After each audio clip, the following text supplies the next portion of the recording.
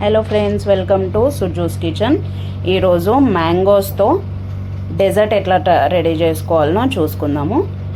3-4 mangoes తీసుకొని ఒక గిన్నెలో వాటర్ వేసుకొని మంచిగా క్లీన్ చేసుకున్న తర్వాత పైన ఉన్న తోలు తీసేసి లోపల పల్ప్ మొత్తం కట్ చేసుకొని మిక్సర్ గిన్నెలో వేసుకుంటా అన్నీ క్లీన్ చేసుకొని.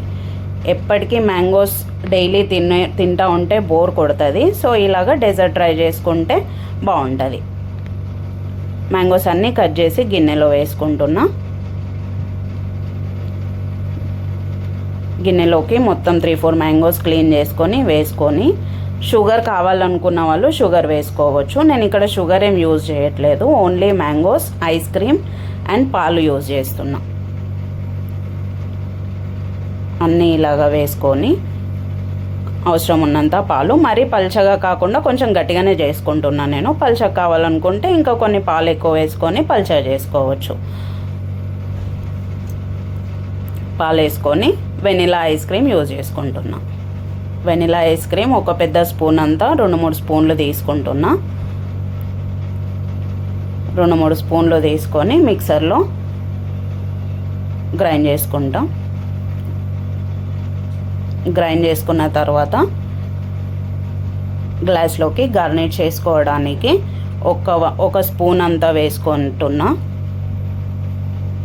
ఒక స్పూన్ అంతా మ్యాంగో జ్యూస్ వేసుకొని దానిపైన మళ్ళీ ఒక స్పూన్ వెనిలా ఐస్ క్రీమ్ వేస్తా. వెనిలా ఐస్ క్రీమ్ వేసుకున్న తర్వాత చిన్నగా కట్ చేసి పెట్టుకున్న డ్రై ఫ్రూట్స్ వేసుకుంటా.